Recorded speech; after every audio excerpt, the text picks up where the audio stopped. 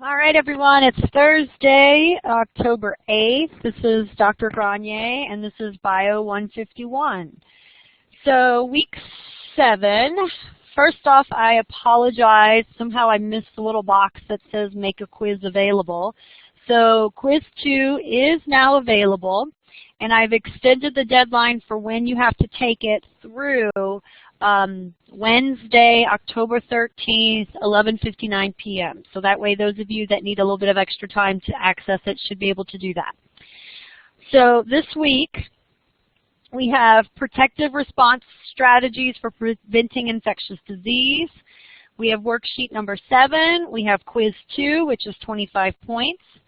The material for preventing infectious disease really is just a review of how our immune system works and how we make an effort to overcome and prevent infectious disease from taking up residence and being a part of our system. And then on top of that, we have a little bit of some focus-ons from your book on spiritual health and improving sleep. And I really want to kind of focus on improving sleep, specifically because sleep and your immune system have to work hand in hand.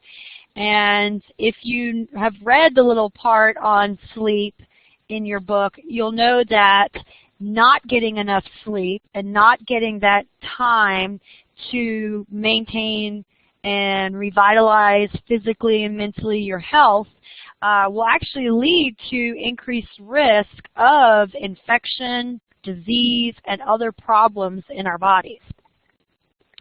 And we can actually see the lack of sleep with everyone that's been exposed to the herpes simplex virus.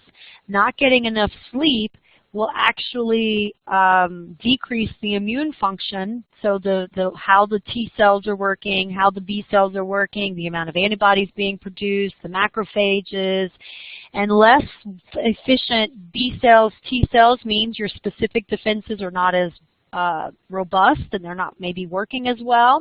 And so you're actually more likely then to have an outbreak of the herpes virus. Remembering viruses, which are the smallest pathogens because they're technically not even cells, they go into your cells. And for the herpes simplex, the cold sore virus, it's part of your trigeminal nerve in your brain, in your face. And so when your immune system is depressed, that triggers in the DNA of the cells around your mouth, your lips, to start expressing the viral proteins. And the viral proteins start to lead to an outbreak of the sores, the blisters that you then physically see in your mouth and your nose, and even it can get in your eyes and your face. And so the lack of sleep is in some ways the trigger, along with excess heat or excess cold. That's why it's called fever blisters or cold sores. So the exhaustion associated with like heat stress and then not getting enough sleep can lead to these outbreaks, as well as the cold stress and then not getting enough sleep. And that's just there. So the other thing we notice, think about new moms and kids, if they're not feeling well, you're not getting sleep. And then what eventually happens is, as you're not getting sleep, the common cold, strep throat, flu, mononucleosis, all these little viruses and pathogens that normally you would probably be okay being exposed to and overcome, end up being a little bit more stressful on your system and potentially maybe lingering and causing you to be sick for a longer period of time. So the point is sleep. Get the sleep you can as much as possible, and then try not to disrupt your sleep patterns so your immune system will work better. With living overseas, so when I lived in Japan, it never failed. Whenever I'd fly back and forth to the States, it was a 14-hour time difference. So adjusting would normally take about 6 days. And in that 6 days, it never failed. I always ended up getting a cold, always ended up getting sick. So if I came home for vacation, I'd always end up sick during my vacation. When I went back to Japan to where I worked, I would always end up getting sick for a few days. And so just be aware that the disruptions in your sleep, and then, you know, add on the airplane and you're stuck in a little air capsule with recirculating air, and the minute someone starts coughing, now everybody has been exposed to those germs through the course of the 8 to 10 hour flight. So you have a plethora of virus and bacteria exposure on top of lack of sleep, and you're just a cesspool to get sick. So that's kind of why I wanted to talk about sleep. And then spiritual health kind of goes a little bit with the psychosocial health as well as just immune system. And having basically a sound mind, sound physical and mental health is part, again, of then not maybe being a hypochondriac or having issues that lead to, you know, your immune system then being overstressed and overtaxed. Okay, so that's kind of what we're doing today. All right, so let's go with the slides. So what exactly is sleep? If you look at your focus on, and in your book, again, this all starts about page 98, sleep is defined as a reversible state of reduced responsiveness. Okay? So you're not responding to and interacting with your environment. So you're not maybe seeing in your environment, you're not listening to your environment, you're not really touching and tactilely and pressure-wise interacting with your environment. And so, but it's a state that you can come out of if you need to. Okay? Brain waves are different when we sleep. So if you look, I don't know if it went through it, but your brain waves change while you're sleeping. And we know then that people sleep based upon the brain waves that they are, you know, emitting out instead of like the alpha, beta, or whatever, they might be doing gamma waves, okay? We have to get sleep, so there is a part of, you know, there's people out there, and again, Thomas Edison supposedly invented the light bulb so he could work longer and sleep less. You have to sleep. At some point, even if you try not to sleep, your body will take over, and it might be that you sleep little tidbits here and there, but you're going to sleep. That sleep is important in cells and their cycles, and they're reproducing, and they're maintaining proper function. And so that's important in your immune system. It's important with your cardiovascular system, so the heart, the valves, the vessels, the blood. And it's important with the liver, the kidneys, which play a role in our metabolism, the brain, the stomach, and all the hormones and the triggers that talk to fat cells, stomach cells, GI cells, small intestines, large intestines, and talk to the hypothalamus and the pituitary gland in our brains. Okay? And we know that when you sleep that brain waves change, so how neurons are working change, and we know that hormones change. And the cyclic hormones of melatonin from the pineal gland, and that's being released in response to or lack of light changes. We know that the sex hormones change with their distribution. We know lots of different hormones change. And so all of those patterns that undergo change through a cycle of light exposure, not light exposure, are known as our circadian rhythms. Okay? And sleep is a part of our circadian rhythm. Okay? Now, the human circadian rhythm is anywhere between 24 to 25 hours.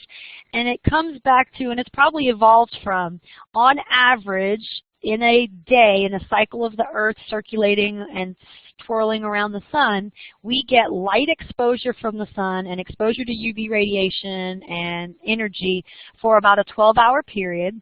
And then we don't have exposure to the light for about a 12-hour period. And our rhythm of what is released, what is not released in our bodies, what is, you know, attention and awareness. Okay, the phone's being tested, so sorry. Stand by.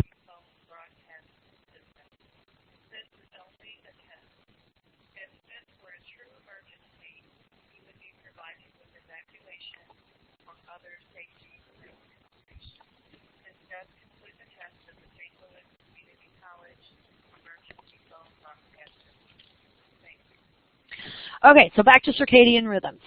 So all of this kind of is a lot of different brain, and it comes back to our eyes are being exposed to light energy. And when our brain and our eyes are exposed to light energy, that is going to release one of the key hormones known as melatonin. Okay? And melatonin then influences a lot of different things, but it regulates the circadian rhythm of our bodies.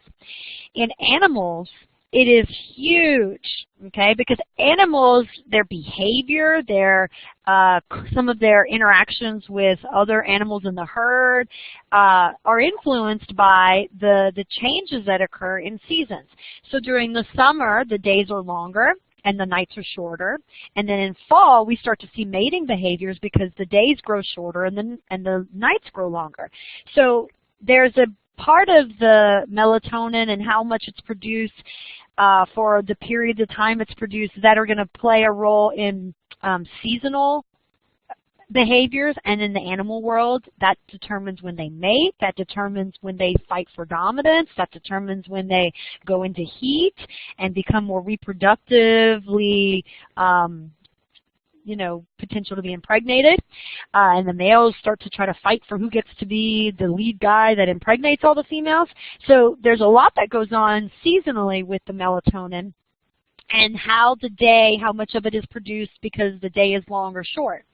All right, and then within the day and within the melatonin produced and the other areas, the exposure to light can increase the secretions or the expression of certain, factors, can drive the hunger factors, and then with hunger, that leads to increases in food intake, and that can lead to the cyclic changes in insulin and glucagon and other cyclic changes that are constantly going on. So there's a lot that goes into the circadian rhythms.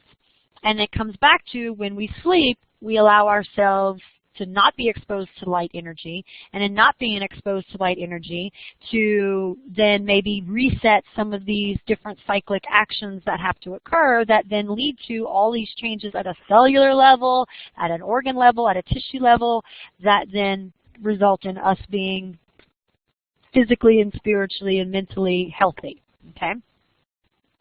So I've talked about the pineal gland. Other areas of the brain that play a key role, again, the eyes are the end source that are sensitive to light energy, and how light energy gets from the eyes to the occipital lobe is going to play a role because it's going to pass through the thalamus, which is a key kind of gateway part of your brain. It's going to influence certain areas in the cerebral cortex, so the frontal lobe, the parietal lobe, the occipital lobe, and the cortex being the outer third. The pons, which is going to be in the brainstem right above the medulla. The pons plays a big area in my partner in crime in my office. His phone's talking. So the pons sits right above the medulla, and there's an area that the pons is tied to with relationship to arousal and wakefulness. And then even the cerebellum can come into play. So lots of different areas of the brain, because that way the light energy flows, influence a lot of different things in the brain, which then translates to a lot of different changes hormonally, neurologically, and that can lead to health, immune system function, cardiovascular function. Okay? So again, the effects of sleep deprivation, there are a plethora. And physically, we're going to see that we are going to have increased heart rate variability. So our heart is going to beat fast, slow, kind of a little bit more out of sync. It's not going to be a steady rhythm. And that increases our risk for not maybe having skipped beats, having, atrial contractions that aren't matching ventricle contractions, having some out of sync, some ectopic pacemakers, and that can lead to increased risk of heart disease. It can also mean maybe the heart isn't effectively emitting enough stroke volume and enough cardiac output per minute, per hour to meet the demands that the body needs, and so there could end up being issues of not being sufficient delivery of oxygen and nutrients to our cells. Okay? Neurologically, there's going to be problems, and that neurological, the nerves maybe more working as effectively. And so that could mean there's decreased ability of electrical transmitting of information with the nerves, which could lead to problems with nerve-muscle interactions, so decreased reaction times, tremors, aches in our joints, aches in and around our muscles. There could be the immune system is depressed, so increased risk of virus or bacteria taking up residence. The metabolism, so we have issues with our eating and our hunger and our satiety, so we might eat more. More eating could lead to more weight gain could lead to more fat in our bodies, more fat could lead to insulin resistance, and then our risk for type 2 diabetes increasing. We have problems with our growth, with obesity, with temperature regulation, and these are just a few, and then there's, in POW camps, they would, and even if you watch some of the movies of what they're doing down in Cuba, when they are punishing the prisoners, they only let them sleep for hours, and then they basically put them through sleep deprivation stuff, and they can start hallucinating, they can start having, basically driving them mentally mad, brain breakdowns, psychiatric breakdowns. So there's lots of effects that can happen because you're not allowing those cells that time and tissues that time and the body to hormonally go through cyclic rises and falls of different regulating hormones. You're not giving your body the time to do that. Okay? Now, part of what we want to talk about is physically what is happening when we sleep. Okay, so this is where we're, and it's on page 102. When we watch people sleep, we see that there are two kind of distinctive periods. There's a periods where the body is completely lax and conscious and awareness and the way the brain waves change, it appears that we go into very deep stages of sleep. And those are important because that's where we know the brain waves are changing and allowing certain changes to happen at a cellular level. And we know that we are not getting any eye movements and the melatonin levels are doing what they're supposed to do. Okay? And then we see periods of time where physically the eyes are twitching and they're moving back and forth, back and forth, back and forth. And that is defined as our rapid eye movement sleep. And it's thought that our rapid eye movement sleep, our REM sleep, is basically where we're dreaming, we're energizing the body, and where we're transferring some of our short-term memory to our long-term memory. And your sleep, when the goal is to get 8 hours of sleep. And during an 8-hour sleep period, what we actually see is you cycle through the different stages, the deep stages of non-REM sleep, and you cycle and have different little time periods of REM sleep. And when we look at air crews and we look at people that their job requires them to move through different time zones, and therefore they screw up the day light dark cycles and that feedback on their bodies, that they can still potentially kind of help the system overcome sleep deprivation by taking naps and doing sleep patterns that allow them to maybe cycle through a complete non-REM cycle. Right? So normally when we should be getting 8 hours of sleep, and I think your book even goes through, it's recognized that most people and adults should be getting about 8 hours of sleep.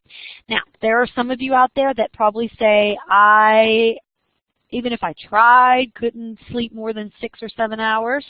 But if you're saying that the only thing I sleep is 4 hours and you're still groggy during the day, then you're probably in some type of sleep deprivation.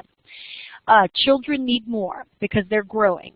So babies can sleep anywhere from 14 to 16 hours a day. Granted, they're not sleeping that straight. They usually sleep, in 2 to 3 hour segments. And then they usually have a long sleep period that might be 6 hours, but then they're hungry, and then they go back to sleep for maybe another 4 or 5 hours.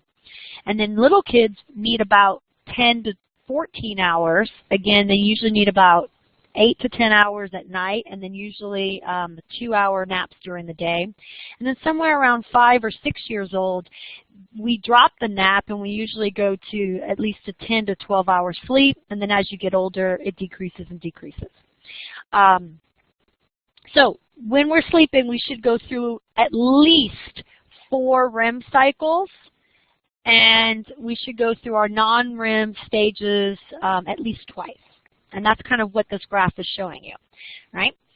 Normally when we sleep, we think, and I do that. Sometimes I think like, oh, it's going to take me so long, my mind's just racing, and it's going to take me so long to go to sleep. But if we actually were to watch and do sleep studies, they find that most people, if they go through a normal bedtime routine and they have kind of a sleep, a way to relax and come down, they usually fall asleep within 5 to 10 minutes of their head hitting the pillow.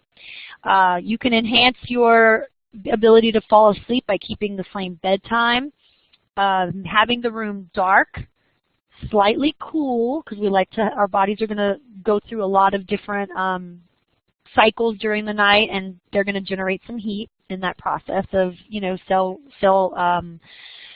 renewal, and so ATP is going to be expended. So you want to be cool when you go to sleep, so that way your body can kind of bring the heart rate down, blood pressure down, some of that cold immersion.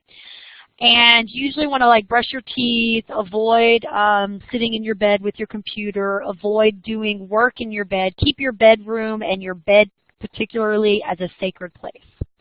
Also, usually you want to avoid extreme physical activity. So you don't want to do your 50 push-ups and sit-ups and pull-ups right before you jump into bed, okay? It helps sometimes to take a warm bath or a warm shower because, again, that might be part of the coming down process, the relaxation process, to help kind of start to bring the conscious mind down and slow it down. So you initially go through non-REM cycles, and it normally takes you about an hour to an hour and a half to get through all 4 stages of non-REM sleep. And then you'll usually have your first burst of REM sleep and your longest REM sleep sometimes around that hour and a half mark. And the reason why we go through all this is when people take naps, normally and when I was in the Air Force, we'd tell them, take a nap to where you only get into stage 1 or stage 2 non-REM sleep. So take your nap to where it's never more than a half hour, 20 minutes, so a little power nap, so a half hour or less, so that way you're not waking up in those deep stages where you're groggy and you might have a hard time getting aroused and alert and aware. Or take a nap to where you go through a complete non-REM through a REM cycle, which for most people is around an hour and a half to a 2-hour period. Okay? So napping, you want to do either 30 minutes or less, or nap for about an hour and a half to 2 hours. Okay? And then when you sleep, again, try to set it up to where you can sleep for at least 4 hours, or at least 6 to 8 hours, with maybe an hour and a half to 2-hour nap later on in the day. Okay, so those are kind of some of the reasons. And the reasons, again, you want to try to wake up always in stage 2. So if you look at this chart, and there are lots of charts on the internet, normally you want to wake up whenever you're somewhere at stage 2 or above. So you want to wake up somewhere around this hour and a half to 2-hour point, or around maybe, usually you want to go through a REM cycle. So wake up around the 3.5 to, again, right before 4 hours. Or again, later on, make it to 6, make it to 7.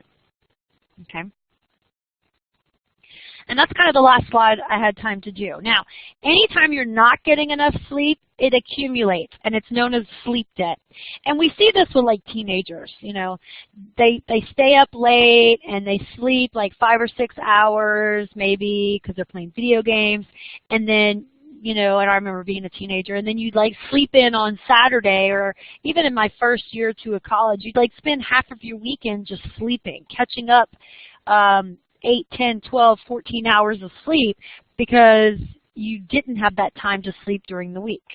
So anytime, again, you're doing more than 8 hours, you're catching up and maybe groggy and stuff, and so you're trying to catch up with naps and more sleep on the weekend, you're probably in some type of sleep debt. Okay? And naps do count. The problem, again, with naps is if you wake up in the time period of the stage 3, stage 4, you potentially are waking up groggy. And I remember being on call and getting called at 2, 3 in the morning Or even like getting my roommate coming in and telling me like, hey, I'm home, and she says I had a whole conversation with her, but I don't even remember the conversation. Or I can't get out of bed. And it's because you wake up when you're in those deeper stages of sleep, and the inertia is to just go back real quickly to sleep to where maybe you didn't even realize awareness or alertness-wise that you even woke up at any point in time. Okay, so again, for sleep, the last part of the chapter, and there will be one question in your test about this, what are things to do to avoid making your sleep disruptive? Avoid alcohol. Even though alcohol is a downer, a depressant, it gives you erratic, crazy sleep patterns because it messes with how the hormones and the sleep cycles work. So avoid alcohol before you drink. And we've all been there probably, those of us that are over 21. You get a little too much to drink and you pass out and you maybe sleep for 5, 6, 8, 10 hours, but when you wake up, the hangover and the sleep you had, while maybe technically was 8 to 10 hours, you aren't refreshed, right? So avoid alcohol. Avoid the caffeine, because caffeine is a stimulant, so it's going to make it hard to go down to sleep. And so in a general rule for military people, we would normally say, stop drinking caffeine. So no coffee after 3 o'clock. You know, so if you're a day worker, no coffee after 3, 4 o'clock, so it can kind of go through your system and get through, and that way by the time 8, 9, 10 o'clock comes around, you can go to sleep without that stimulant in your system. Okay? Again, take a bath, keep your bedroom a sacred place, keep it dark, keep it cool, avoid foods, anything that is stimulants, and instead, you know, eat the foods like turkey, the tryptophan that help you fall asleep. Don't over-medicate with, you know, uppers, and then don't over-medicate with downers as well. If you really are having a hard time falling asleep, you know, 20 minutes have gone by and you really aren't asleep, then get up and maybe do some light reading. Do something that doesn't necessarily mean look at your computer, watch TV, because all that light energy could screw up your circadian rhythms and could mess up your sleep. And emotionally, you know, the other thing is try to, and as a parent, you know, your worst nightmare is that phone call that wakes you up because your kids are out doing something they shouldn't, and it gets you all emotionally jazzed up, and so now you can't go to sleep. All right, so try to avoid that. Okay. Now, there are sleep disorders that are out there, and there are sleep has become a little bit more of a something that doctors look at. There are usually sleep clinics associated with some research, especially your neurology people. They can study sleep. I know that there were in North Carolina at the school we were associated with, that was a big deal. You could go through and get a sleep study, and they could try to see, are you suffering from sleep apnea, you know, almost choking yourself and not really getting into deep sleep. But I don't know exactly what is available here in Missouri. So think about sleep studies, some of the sleep issues. So insomnia, not being able to fall asleep, and when you do fall asleep, you're really not sleeping for long periods of time. And again, this isn't something you're doing on purpose. It's something you're doing inadvertently. So there are treatments that they can try to do, sedatives. My husband, you know, insomnia can sometimes be associated with traumatic brain injuries, PTSD. And this is where, again, people start to self-medicate with alcohol and other downers. And he'll tell people, you know, you have to try to get off the medication if possible, or use it effectively. And again, you watch TV, and I think there's some different Ambien and, you know, Ambien CT. So there are a lot of drugs in the market to help people with insomnia. The other thing my husband will tell some of his brain injury and PTSD people is they need to deal with some of their anxiety and try to get into meditation and some different breathing techniques, because that can sometimes help kind of calm down some of the things going on. All right, and the fear is, again, you have a person who has PTSD and they're not sleeping, and they might be more prone to flashbacks and hallucinations, and that could lead to some scary situations. Okay. Now, with obesity, sleep apnea is a huge deal, and you sometimes hear about people have to wear their masks, and if they don't wear their masks to sleep, they could die. So sleep apnea is an issue where the breathing is affected. And for some people, losing the weight associated with being obese and overweight is a cure for their sleep apnea. Otherwise, you know, they can take medicine for it or they have to sleep with that mask on. Now, the people with sleep apnea, part of the problem is as they're falling into the deeper stages of REM sleep, non-REM sleep, sorry, the airways being closed off and they're basically about to have lack of oxygen and go into hypoxic and anoxia, and that ends up making them wake up. So the issue with these people is they become sleep deprived because they're not actually allowing themselves to go through a full non-REM and REM cycle. Okay, and so again, they usually wear that mask. And then they don't tell you this, but lose weight. Lose weight could be a cure for sleep apnea. Restless leg syndrome. So, you know, there are some people that say that this is just kind of a fake disease, but it is documented. There's some neurological issues going on, and there's some links to if you are prone to RSL, you are more prone to other issues and diseases that could come about. So that is considered, you can't sit still. There's like a burning and, you know, some tingling sensations in the legs, and it can affect your ability to sleep.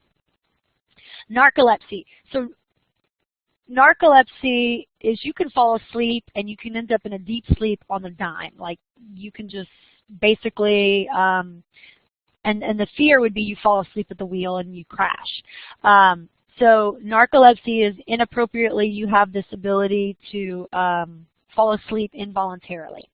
And that can be, again, dangerous for people who operate heavy machinery, airplanes, have to potentially hold weapons, fire weapons. So if you are considered a narcoleptic, you can't be in the military. So that was one of the distinguishing things that got people not able to, at the Air Force Academy where I went to college, if it was found you were a narcoleptic, you couldn't graduate and become an officer in the military. You couldn't become a pilot, a civilian pilot. And I had a friend that got diagnosed before she went to medical school as a narcoleptic, and for a year she couldn't drive a car until she was able to demonstrate that she was on medication that helped her stay awake so she wouldn't fall asleep at the wheel. All right? And there is some genetics behind that. All right? So that's basically a little bit on sleep. So the big thing is get sleep.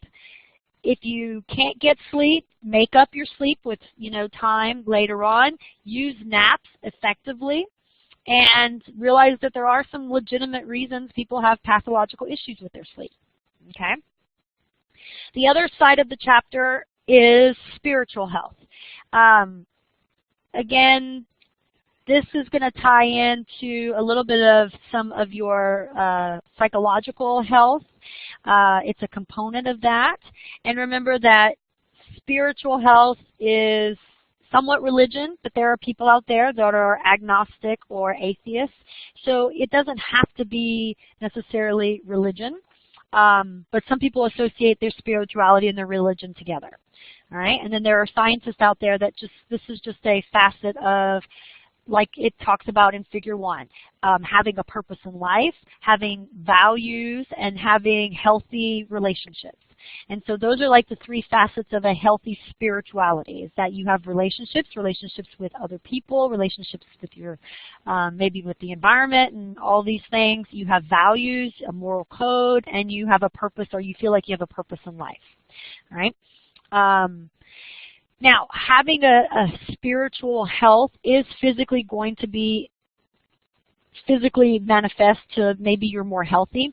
If you look at people like yoga, and if you look at like Iyengar and some of the yogis that came up with some of the different styles of yoga, many of them, because they practice one, meditation, breathing techniques that allowed them to have, you know, good access to oxygen, good pulmonary respiratory systems, and that calming of the mind. They had that aspect, but physically they were healthy individuals. Iyengar was disabled kind of as a child, had some physical limitations as a child, and yet he still lived to be 98 years old. But in many cases, yoga people, they end up living to be healthy and physically they look healthier than other people their age that don't take care of their physical and mental well-being. Okay? So there's physically, they usually have decreased alcohol addiction, drug addiction, they have decreased blood pressure, heart disease.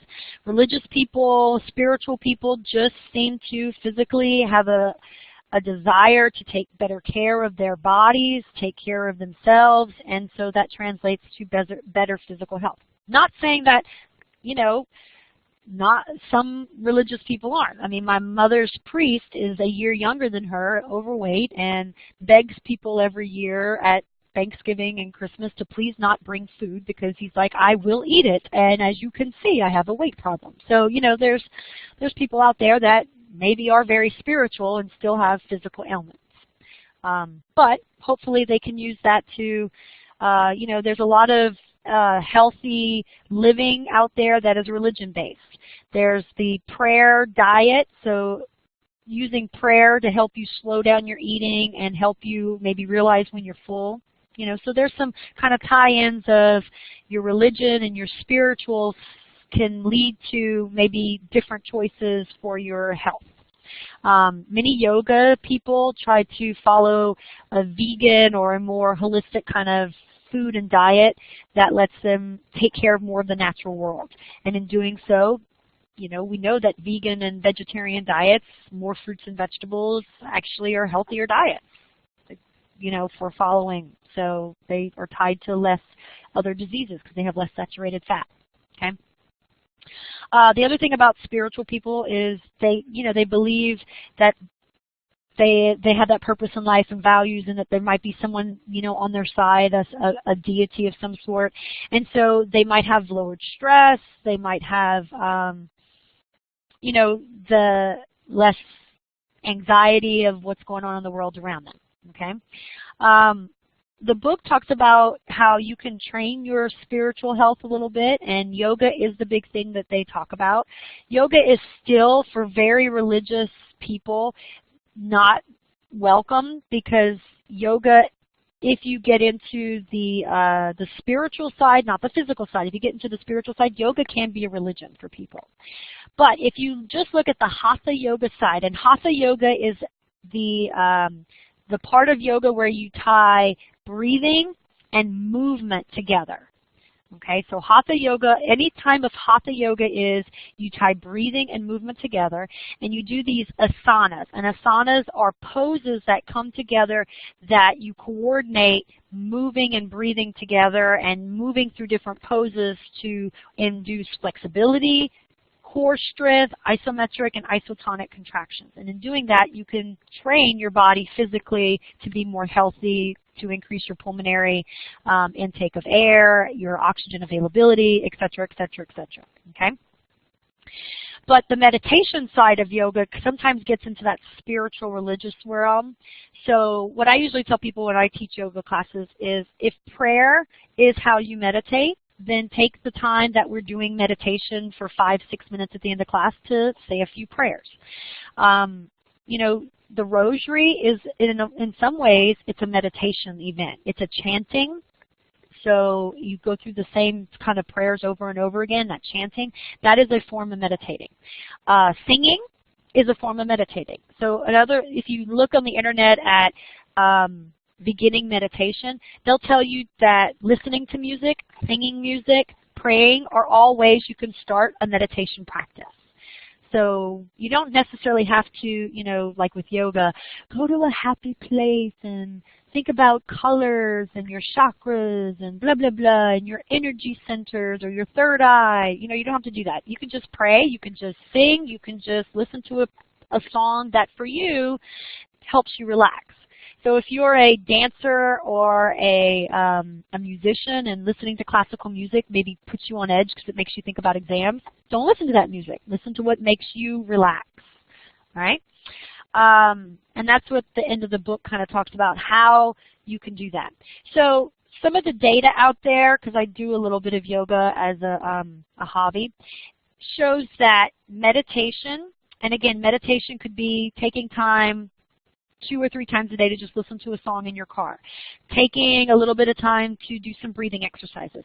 Taking a little bit of time to say a few prayers. Taking a little bit of time to calm your mind, do some breathing activities, or go to your happy place, or think about your chakras, you know, whatever it is. That person that does that a few times translates to not maybe having traumatic brain PTSD hallucinations, has better sleep, has less pain associated with back pain, joint pain, phantom pains if they've lost a limb. So the takeaway is that try to do a meditation. And so that would be my homework for you guys, is to try a form of meditation. So meditation being, maybe you sing a song, maybe you say prayers, maybe you do a little chant, Om, Amen, or some different chants that people do. One of the ones that I have a song that I like is, and I'm blanking on it as I say, oh God, I'll have to think about it in a second. Breath meditations, that's the one we use a lot in yoga. So try just first becoming aware of how you breathe. How long are you inhaling? How long are you exhaling? Do you feel pauses between the inhale and the exhale? And then try to work on doing equal ratio breathing. So make the inhales match the time you spend exhaling.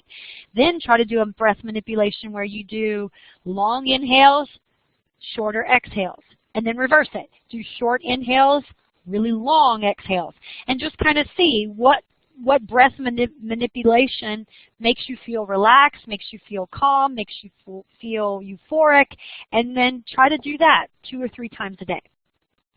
Color meditations, this usually ties into chakras, you know, the 6 areas of your body, and there's color associated with it. But just try to think and focus on colors, or focus on flowers, or focus on different things, okay? And then the candle meditation, I've also seen it as a light meditation. That's where you kind of keep a focal point on the candle or a light, and you can do it with your eyes open or your eyes closed. You can imagine the candle or the light, or you can focus on a candle or a light and help you kind of come down. Now, the other side of this, again, is prayer, and then taking it to the next step. So you start to have this, I feel good about myself, I feel good about my life, I want to help others feel good about their life. And that's where you do service. And maybe that service could be just volunteering at the soup kitchen, or giving clothes to Goodwill, cleaning out your closet, or it can be a little bit more involved. Volunteering regularly at a women's shelter, or volunteering to clean up rivers and lakes, or going and being part of the cleanup of the Appalachian Trail, or post-Hurricane Katrina, you know, all those things. And, you know, that's why churches in many cases have youth ministry and these mission trips, because they're trying to help people who maybe feel good about their faith, feel good about themselves, and feel good about where they are personally, then share that with other people in the church through, you know, local missions in the local area, or go spread the good news and do it as a mission trip to, you know, Brazil or Guatemala or Mexico or wherever, okay? So the big point is the test, the midterm. I have it printed, and it is 50 questions, and it's 1 essay. And so if you've listened this far, the good news is I'm going to reward you by talking about what's on some of the material in the test. So the multiple choice, I basically went back through the worksheets, and I used them as my guide. I used them as my guide to basically write questions, all right? Your essay is going to be, so far we've talked about a lot of pathological conditions. So what I want you to do is really focus on one of them. And I want you to demonstrate to me that you understand what that pathological condition, disease is, what organ system it affects, and what's going wrong because of the state of the pathology. How is it manifest? What are some of the symptoms that we see, or the things? And can it be treated or fixed? All right? Let's see. I have two questions on spirituality. I've got 2 questions on sleep. about how to get a good night's sleep or what are some hormones of sleep. I've got a question on STDs and using, because the STDs are so heavily covered in your book, which STDs are bacteria, which one are viruses. I'm going to use that to then test you on how the immune system works. So typically, which of the STDs can we treat with antibiotics and cure and make go away versus which are the ones that you forever have because they're a virus that became part of your cells. What are ways we can stop ourselves from getting sick? Well, wash our hands, follow good hygiene, not drink out of poopy water, try to have sewer systems, try to, prevent our openings, our airways, our mouth, our back door, urinary tract, our pooping hole, our anus from being disease places where pathogens could spread. Try to avoid touching poop and then touching your mouth, those kind of things. I have some matching on the test related to physical health, social health, intellectual health, emotional health, spiritual health, kind of defining them. I have definitions picking what are types of disorders, the different types of disorders, what are different types of stress, what are different types of cancers, which one's the most common cancer in the U.S. I do ask you a question about the gas laws. I do ask you a question about the volumes of air from a pulmonary function test, so tidal volume, inspiratory reserve volume, residual volume, expiratory reserve volume. I ask you some of the organs on the alimentary canal. I ask you some of the conduction system, the electrical parts of the heart. I ask you about the valves of the heart, which one is between the right and left ventricle, an atria, or blah, blah, blah. I ask you about how things get into the right atria or the right ventricle, or where they go after the right ventricle or the left ventricle. So quite a few questions about what type of immunity is a vaccine, what kind of tissue is bone, blood, what kind of transport requires energy, 3 questions over the scientific method. So really do look at your worksheets and make sure you spend some time. So 50 multiple choice, 1 essay. It's 100 points. You'll have 90 minutes to take it. Wednesday, October 14th from 7 p.m. till 8:30 p.m. Okay? I know some of you have asked to meet with me. Just send me an email and I can kind of go through a little bit more if you need help focusing for the test. But for the most part, worksheets, worksheets, worksheets. That's your guide. Okay? And that is the end of the lecture here. So I will see you guys. Again, you have till Tuesday, the 13th to take your quiz, and you have Wednesday night, the 14th, we're going to be taking our midterm exams.